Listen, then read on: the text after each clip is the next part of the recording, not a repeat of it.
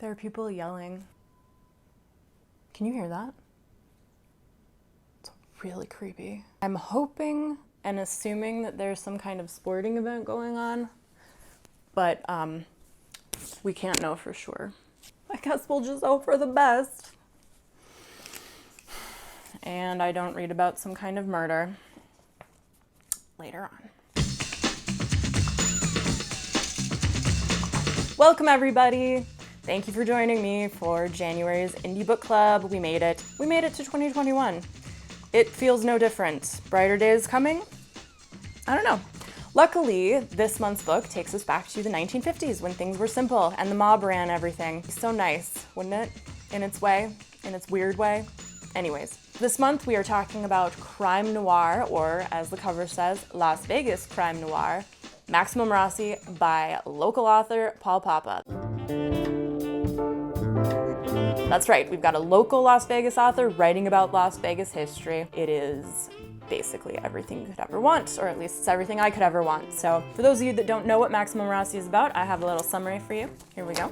Massimo Max Rossi landed in Vegas after a bachelor party that he decided never to leave. A semi-permanent resident of the Sands Casino, Max is just starting to put down real roots in town when he has the bad luck of encountering an ill-tempered rival of his family at a private poker game.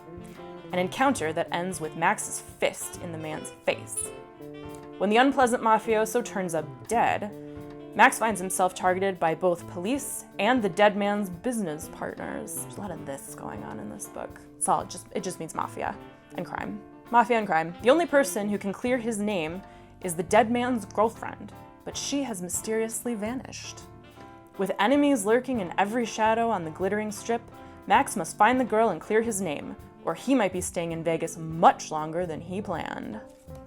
It is no secret that I full-heartedly recommend this book. I very much enjoyed it, but we will talk about why exactly you should read this book right now. Number one, the setting and history. Vegas is obviously known as Sin City. Gambling, showgirls, food, booze, lots of fun stuff going on here every day. A lot of people, myself included, love Vegas, not just for the excess and the entertainment, but also because of its very unique history. It started as a railroad settlement way back in the 1800s and grew from there to the Mecca you know it today. Even at one point, a mob lawyer was our mayor, and fun fact, his wife is now our mayor. No comment on her recent behavior in 2020. We're not going to talk about that. We're just going to pretend that whole year didn't happen for anybody. Number two, the hard-boiled pastiche. If you don't know what pastiche means, I'm going to throw up a definition real quick.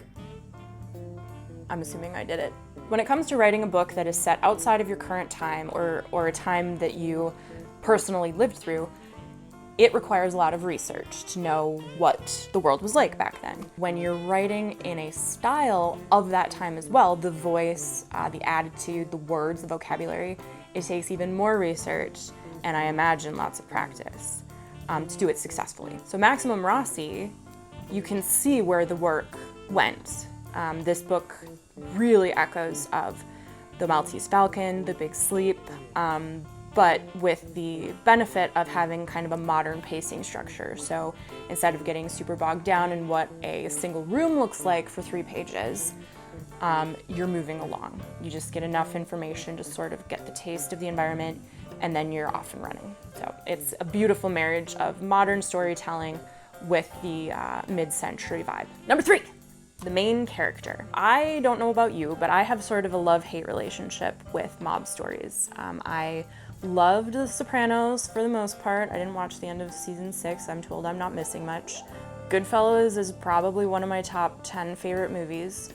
And I love the stories, I love the characters, I love the excitement, I love the way they talk, the way their attitudes are. It's very entertaining to watch. However, I also sort of feel like by the end of it, I hate them and myself and everyone in the world. They start out kind of lighthearted and fun, and then they get very dark. And everybody gets very violent, and it's very bloody, and you have to make moral compromises, and it's no fun. And by the end of it, you're just like, oh my God, I'm done. I'm done with this world. I don't want to be here anymore. But not like in a real way, not in a scary way. Just like I need to go watch house hunters for like 3 hours. This book does something really smart with its main character in that it puts him just kind of off to the side of the life. His dad is a hitman. He is not. His dad and his family live in Chicago. He has moved to Vegas, and he is kind of trying to separate himself from that life. So it's very easy to find him sympathetic. In addition to that, he has a great save the cat sort of moment near the beginning. The guy he punches out, the guy that ends up dead later, he punches him because that guy was harassing the cocktail waitress and beating up his girlfriend. So we get to see him as a moral actor pretty much right away, which endears him to us and helps us stick with him through the rest of the story. If you want a more detailed rundown of those points, you can jump on over to our Ugly Cat publication, where you'll find more information about those points, as well as a buy link for where you can buy this book, which is also available in the summary on this video as well, just saying. So without further ado, we get to the writer's takeaway for Maximum Rossi. This month, I am calling the writer's takeaway, mind the, parentheses, middle gap. Mind the middle gap. When you're plotting your story, there are a number of different rubrics and maps and things that you can find online to help you with the general plot structure of the story. There's 3-act structure, there's 5-act structure, there's the hero's journey. You could spend like a whole day finding stuff to help you kind of plot out the beats in your book. There's a beat sheet too, that's another one. What I usually use as a sort of rule of thumb first draft map is basically the simple slope that they taught me in elementary school. The first part is the status quo, or the introduction, and that's just where you're meeting the character and you're seeing what their life is like before anything happens, just who they are, you're meeting them. And you do that for a while, all the way until you get to the inciting incident, or the complicating event. And this is the moment where the problem arises. The character typically gets into a fight or encounters some sort of obstacle that is going to be the main issue of the story, and they are going to spend the entire story trying to solve this problem. In this case, I would say that the inciting incident is when the gangster that Rossi punched turns up dead. The third part is the rising action. Everything he does to try to solve the problem is part of the rising action until you get to the climax or the crisis. And that is where the problem reaches a resolution, which is either good or bad for the protagonist, depending on the story. In romances, for example, it's usually always good. In mysteries or books like this, it could really go either way. I'm obviously not going to tell you what happens because that would be huge spoilers. You're just gonna have to go read it yourself, but there is a moment where everything kind of comes together and the problem is solved. Then part 5 is the denouement, or the falling action. The main character getting his life back together, figuring out how he's gonna move through life now that this adventure has happened to him, and how he's gonna take that information and proceed forward. And I guess the 6th part is the resolution, which is essentially just now you know where the character is probably going to head in the future. So in a very basic sense, that is any plot of any book, however you break it down. Beyond that is up to you. The hardest part of that map, when you're first starting, and even as you're doing your revisions, is that middle part, because you typically know where your character is starting, you know who they are at the beginning, you typically know what the problem is, because that's your whole book, is the problem. And then most of the time you're gonna know what the crisis would be based on the problem and the genre. And then more or less you're gonna know where it's gonna end. Maybe you don't know totally, but you kind of have a sense if it's gonna end happy or sad. The middle part, where the stuff happens, is very wide open. You can just follow the A storyline all the way through, but you run the risk of not having enough plot, having a thin plot. You need to thicken the plot. You can do this by adding twists. You can also do this by adding B and maybe even C storylines. B storylines are typically a love story or a love interest shows up in a lot of books, not always. And C storylines can be all sorts of things. They can be a second mystery, they can be a second bad guy. You do want to make sure that you don't put in so many storylines that you can't resolve them all by the end. In Maximum Rossi, there is a B storyline that is a love story, I would say. In the course of his investigations, he meets a woman who is the friend of the missing girlfriend, who he tries to engage to help him find her. And that kind of splits off into its own love story.